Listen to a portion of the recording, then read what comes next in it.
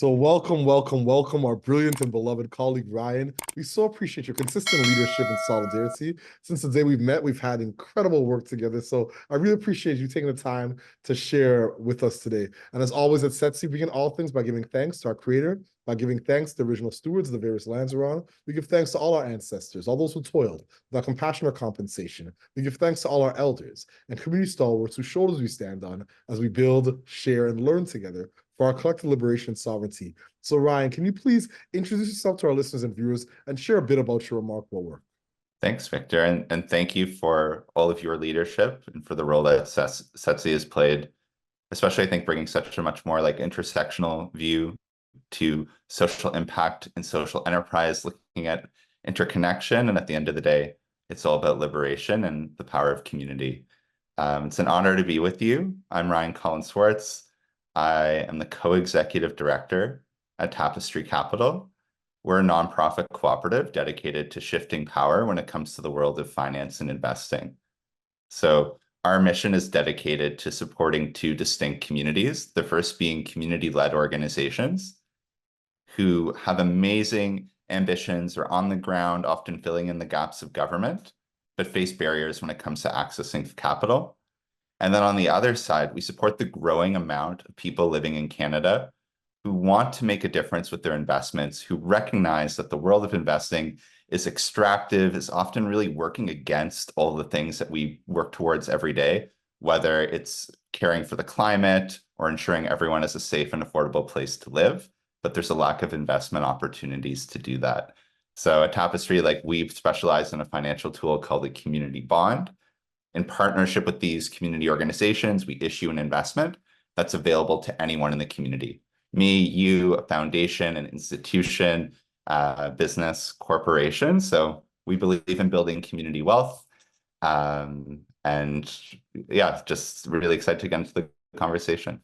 Incredible. Thank you so much. I really appreciate all the context you provide to listeners and viewers in terms of the breadth and scope of your work. So my next question is, what's inspiring you right now? What has you curious or what's keeping you up at night? It's a great question. I think it's important to acknowledge that there's a lot of harm being done in the world right now, and it's very easy to feel a little bit hopeless at times. Like we're seeing military violence and occupation. We're seeing, a climate crisis get worse.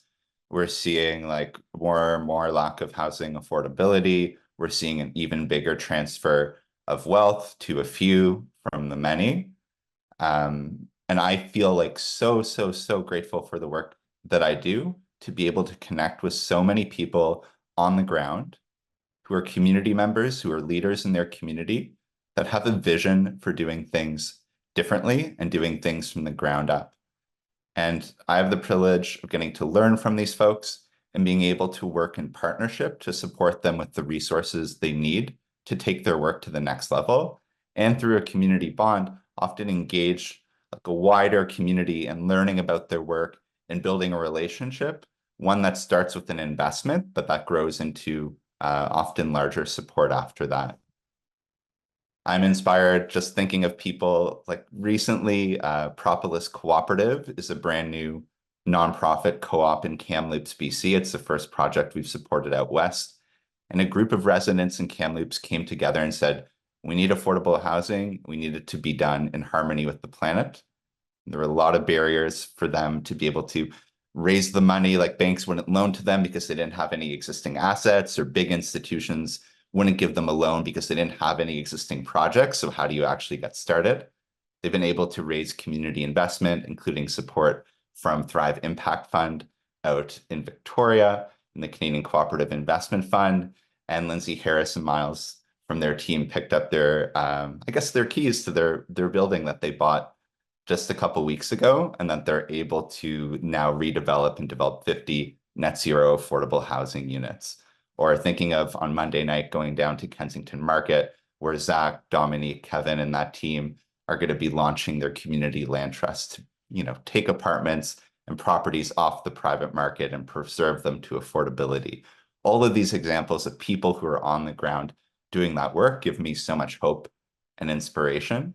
I would also say, as a co-executive director, I am so inspired by the incredible people I get to call my coworkers and colleagues at Tapestry. You've been able to like build a relationship with Suzanne, but I can name everyone on the team, and I think that's another like joy or inspiration that's not often talked about is the impact within an organization and what it's like to be inspired by other people, to collaborate with each other. And I always felt that before co-founding Tapestry, felt very alone in the work that I was doing.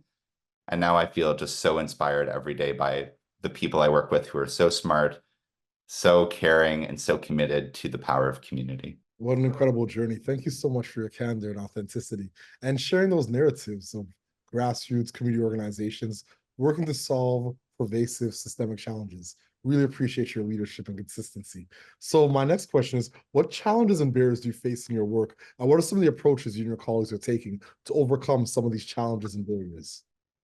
The first I would say is recognizing that the finance and investing system that we operate in isn't set up to serve community-led organizations and organizations that don't prioritize profit and maximizing shareholder value. So when you're operating in this financial system, like we're up against a really inherent challenge that the system isn't designed to serve us. And a lot of times, we can be at events and people say, there's a climate crisis, there's a housing crisis, the system is failing, but a lot of times you can say that actually the system is doing exactly what it was designed to do. So looking at a challenge of how do we create a new system and one that prioritizes care for people and the planet, and changing the culture around finance from maximizing financial return, which is very extractive, to maximizing social impact, which is like a whole change in how people see the world, how people value their relationship to wealth, their relationship to each other. So a big part of doing that is creating these examples with the community bond projects that we work with and creating we would say like collective infrastructure to make this possible. So our history with Tapestry is we're a part of a nonprofit cooperative called TREC, the Toronto Renewable Energy Co-op, an amazing history in themselves, building these community finance, community-owned renewable energy projects. And we always wondered, why aren't there more organizations using these community finance models? But there's a lot of barriers, lack of tools, lack of knowledge. So a big way for us to overcome the challenge is to be able to provide the support to community organizations to first learn about these tools, socialize them in their organizations, build their capacity, evaluate how it works for them, and then we have a team that supports them every step of the way, from putting the offering documents together, supporting their community engagement strategy, and also we have a tech platform that we built to make it just like investing in a typical traditional investment online. Reducing barriers is a first big challenge that we work in. I would also say we're looking at ways to, in the longer term, change some of the rules of the system. So looking at things like tax incentives, the great work that you do with SEDNet and Setsi of having a cross-Canada approach, and looking to some of the things like the CDIF model that exists in some Canadian provinces, where you're recognizing that there's a social return alongside financial return. So investors are receiving tax benefits from investing in social enterprises and community projects. We'd like to see the same thing around Canada as well. And then I would say the third thing is looking at raising the public awareness of this financial instrument.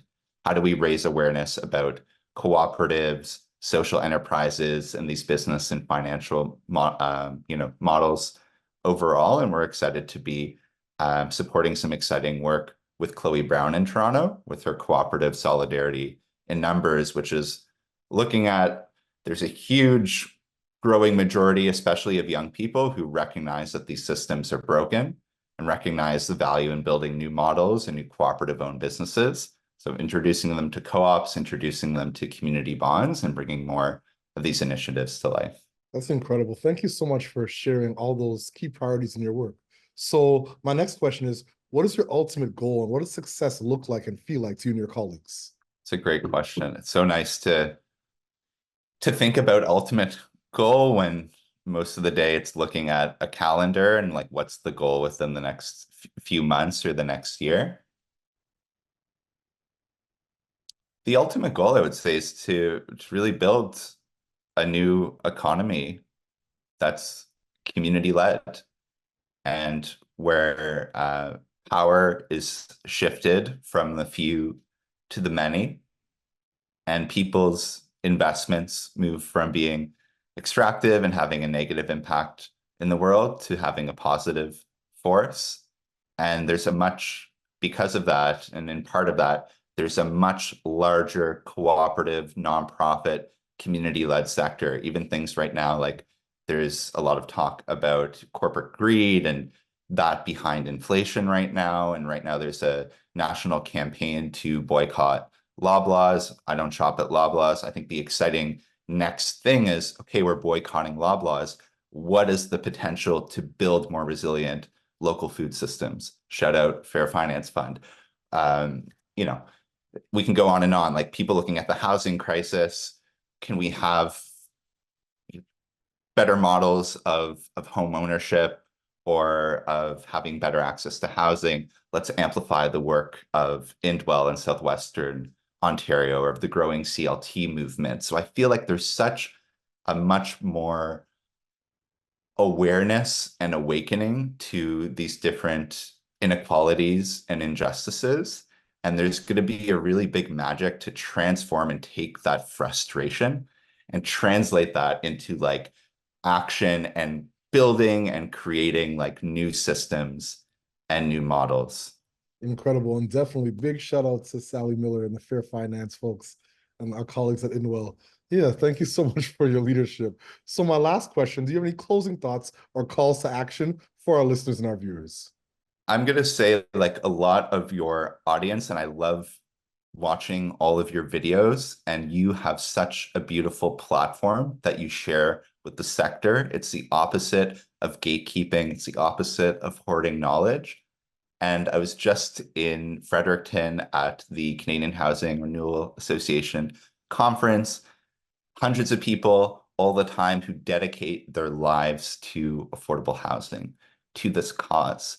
And when I was up in front of the room, in front of all these people, I asked how many folks have made an impact investment in affordable housing. And I was the only one.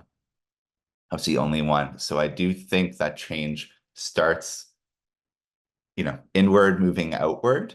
And as a sector, being able to become involved in social finance and impact investing, we might all work every day advancing the cause of affordable housing, food security, health, racial justice.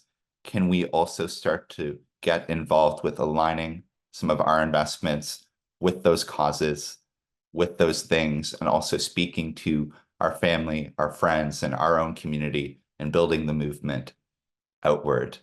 I would also give a closing shout out and acknowledgement to a lot of the exciting collective work happening with the rest of the sectors in the 6 years since we've launched Tapestry, seeing the growth of Setsi, SedNet, the Social Finance Fund, Catalyst Community Capital, Raven. I don't want to name names, but just really seeing the growth and the development and a lot of things that have moved from just an idea or just a dream into a really tangible model.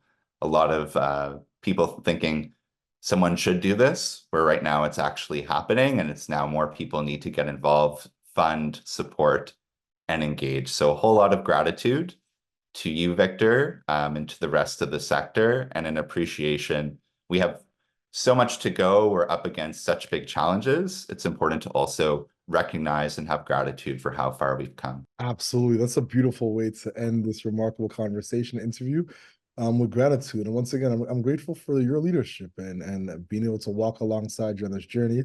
I still we're reminiscing on when we first met downtown Toronto in your office.